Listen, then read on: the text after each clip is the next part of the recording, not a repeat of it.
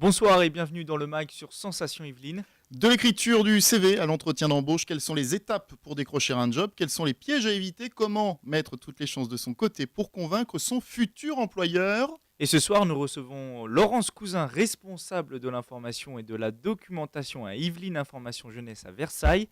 Et tout d'abord, comment s'y prendre quand on se retrouve face à son ordinateur pour écrire son CV? Comment on fait?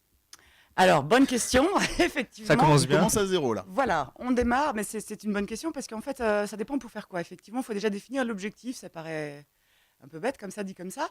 Mais on peut faire un CV, une lettre de motivation pour entrer dans une grande école. On peut faire un CV pour un petit job plutôt alimentaire, pour trouver un emploi quand on est jeune diplômé. Forcément, les objectifs ne sont pas toujours les mêmes. Et donc déjà, déjà, c'est se positionner sur quel est l'objectif clairement établi de ce CV et de cette lettre. Ce qui est bien aussi, la question, c'est que vous me dites, je suis devant mon ordinateur. Effectivement, vous me parlez de CV et de lettre. Les deux sont liés. Nous, en tout cas, en tant qu'informateur jeunesse, c'est vrai qu'en général, on aime bien voir les deux parce que l'un complète l'autre et que du coup, avoir l'un ou l'autre, c'est pas suffisant. Il faut vraiment avoir les deux pour se faire une idée d'ensemble. Alors on va commencer par le CV. Est-ce qu'on doit tout y mettre? Le parcours scolaire, l'expérience professionnelle, les passions, hein. J'aime les animaux, je le mets sur mon CV. Comment on fait le tri des infos? Alors, le tri, c'est-à-dire qu'il y a effectivement des rubriques qui vont être obligatoires. Alors, la première des rubriques, bien sûr, c'est l'état civil, c'est-à-dire être joignable, alors par courrier, par mail, par téléphone. On va dire que ça, c'est vraiment la première des choses. Par contre, son statut, si on a des enfants, si on est célibataire, après, il faut toujours se poser la question, est-ce que c'est une valeur ajoutée ou pas? Bon, c'est pas forcément, c'est pas obligatoire, en tout cas, tout comme sa nationalité. Donc là, c'est vraiment à voir. Si on a un nom à consonance étrangère, peut-être qu'il vaut peut-être mieux mettre sa nationalité, j'en sais rien. Vous voyez, on va se poser ce type de questions et toujours avoir dans le coin de la tête de se dire est-ce que c'est une valeur ajoutée ou pas.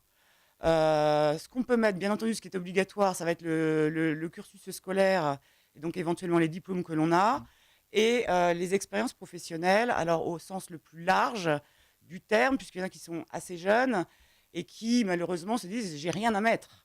Ça va être la vraie question.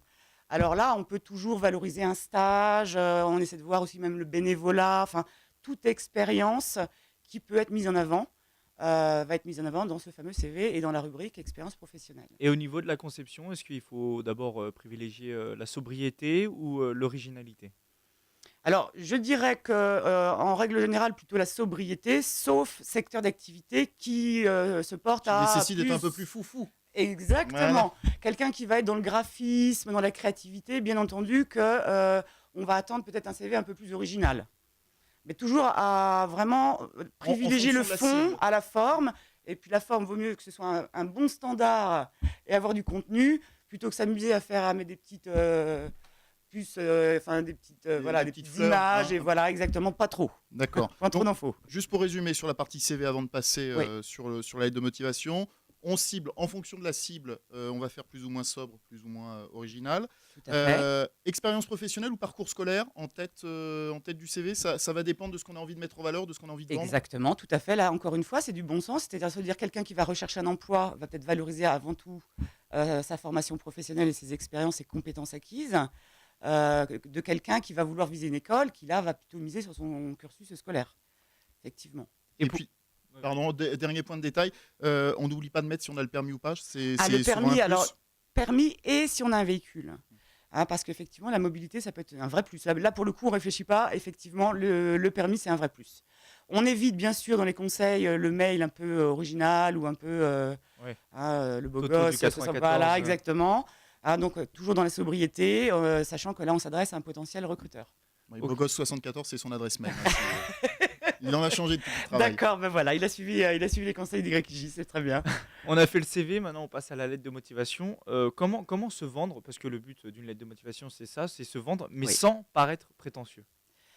Alors, l'idée du CV de la lettre, effectivement, comme j'ai dit tout à l'heure, c'est que ça se complète. Et l'idée, c'est surtout aussi déjà d'avoir un entretien. Ça paraît bête aussi. C'est décrocher l'entretien.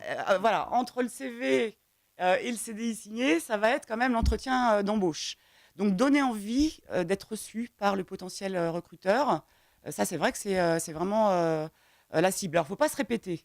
La première, souvent, des erreurs, c'est répéter un petit peu ce qu'on a mis dans son CV. Ouais. Je suis en 2e année de BTS. Il il y a souvent des entrées en matière. Alors si c'est juste une entrée en matière, ça peut aller, mais si on met que ça, il n'y aura pas de valeur ajoutée à cette fameuse lettre. La lettre, c'est vrai que c'est plus compliqué que le CV pour beaucoup. On évite les copier-coller, les lettres de motivation bateau, parce qu'il faut savoir que malheureusement, les recruteurs en reçoivent beaucoup et que ça peut carrément être éliminatoire. Faut faire la différence. Il faut vraiment que ce soit individualisé. Nous, c'est ce qu'on vraiment on essaie de transmettre. Hein. On a des guides, hein, on a des CV, etc., mais on ne les donne pas en général. C'est un bon exercice que de travailler sur le contenu. Plus ce sera individualisé, plus il y aura de chances à ce que on se dise tiens, j'ai envie de le recevoir, j'ai envie d'en savoir plus. Donc on vend son expérience professionnelle, on vend Voilà. sa formation, et puis aussi on essaye d'expliquer pourquoi on a envie d'intégrer cette entreprise, pourquoi on a envie de faire ce job. On se renseigne un peu. Ah ben ça c'est la première des qualités, c'est la curiosité. Surtout quand on répond. Alors il y a plusieurs types effectivement, on n'a pas parlé, mais c'est vrai que ça peut être une candidature spontanée, ou alors on peut répondre à une offre. Alors quand on répond à une annonce, on a beaucoup d'éléments à intégrer et à voir si on a vraiment le profil. Donc réutiliser le vocabulaire, mais complètement. Alors la lettre de motivation, c'est aussi le savoir-être, parce que c'est vrai que le CV c'est souvent des compétences qu'on va acter. Là, on peut effectivement jouer sur le savoir-être. Donc, quelles qualités on a qui correspondent au profil de poste visé. Ça, c'est primordial. On parlait des expériences scolaires ou professionnelles. Donc, pour ne pas répéter, on peut illustrer, donner des exemples précis. Lors de ma formation, j'ai été Voilà. amené à effectuer telle tâche. Tout à fait. Et bien entendu, il faut parler de l'employeur et donc de l'entreprise. Donc, avoir une curiosité, d'avoir vérifié sur Internet, de voir quelle adéquation il peut y avoir entre l'entreprise et puis son profil à soi.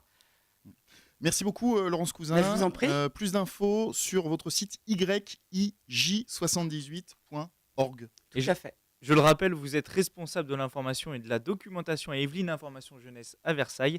C'est la fin de ce mag. Bonne soirée sur Sensation Yvelines.